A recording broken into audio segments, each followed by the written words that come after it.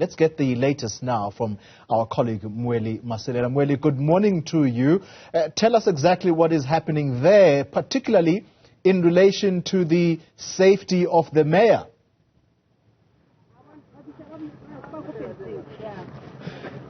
Koli, I can tell you that it's quite a volatile situation, and these residents of Fosman here in Emalahleni have been protesting since yesterday, and the main demand is for them to have access to electricity. They are saying that they have been without electricity for like more than 4 days now, mainly because of the issue that you have mentioned, the issue of a transformer at a substation that is faulty. So apparently it has gone for repairs. So the substation, the electricity substation in the area is actually working on one transformer. That is why then many communities here have been affected in as far as power supply is concerned. But it's not only the power supply, they are also complaining about the fact that the issue of electricity has affected also the water supply. So they are without water, they are without electricity. So it's a double blow for the residents of this community. What we know is that the mayor was supposed to speak to the community members at 9 a.m. And as we got here, because we have been struggling to get to the place where she was actually scheduled to address the community members, we understand that she managed to get there and speak to the community members, but they were not happy with her address because apparently she told them that it will take time for them to have access to electricity. That is why then we are seeing a situation whereby it's alleged that she was then attacked by the community members, including other officials from the municipality that were part of her delegation. So what we are seeing now is a standoff between the police and the community members who are actually saying that no, they are going to continue to fight because they really need to have access to electricity. In fact, earlier, we did speak to some of those community members, especially elderly women.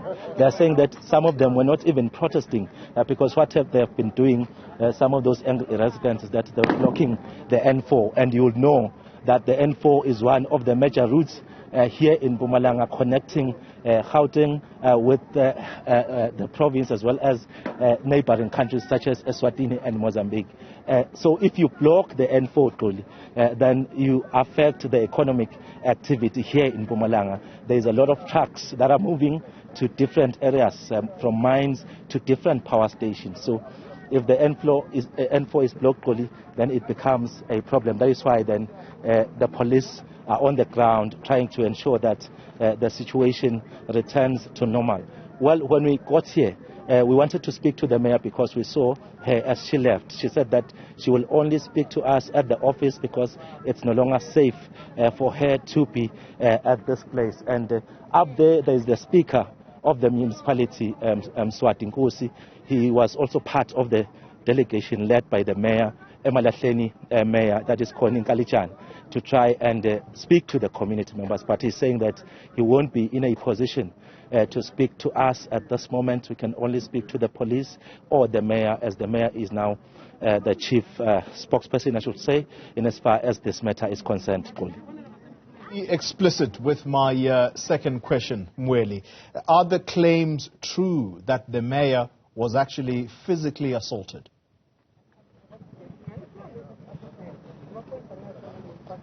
Well, we'll have to confirm that with the officials as well as the police, but I can tell you that I saw some of the officials from the municipality. In fact, they were calling for an ambulance. I could see one person believed to be one of the officials from the municipality actually limping, moving away from where this action has been taking place. And that is an indication that indeed there was some sort of an attack, but we'll really have to get confirmation from the police because, as I said, we couldn't manage to be where exactly the mayor was because the road was actually blocked. And my colleague here, Tabam, tried to get closer to where the mayor was, but unfortunately the community members, the angry community members, were throwing those stones towards his direction.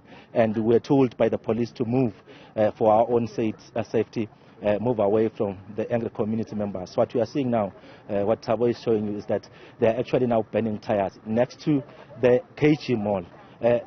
What we are seeing there is the exact spot where the community members were being addressed by the mayor. And Most of the committee members, they are saying that they don't want media presence here because, as you would understand, even they are now even throwing stones towards our direction, police. So that's how bad the situation is at this moment. That's how volatile the situation is. And some of those committee members, they made it very clear that they won't stop protesting because this issue of electricity is a very serious problem for them, and it's not something that has started only now.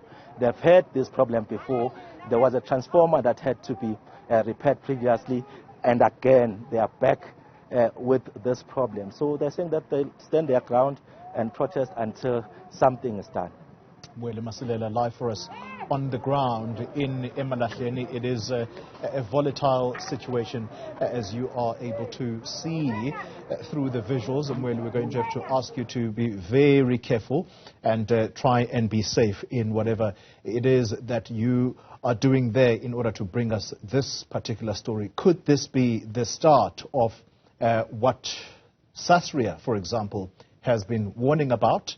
That is that should the electricity problems in the country start protests, or if it does happen that there is a power failure, complete power failure in the country, insurance claims, what happens there? I know that that circular, which was purportedly circulated by Sasria, has since been amended. But could this be the start of the symptoms of what the country is experiencing with the increasing stages of load shedding, the frustration there that is not only electricity now, but also water that has since been cut off as a result of load shedding there? It's a story we continue to keep watching for you. Mweli Masilela will bring you the updates as and when we have new information.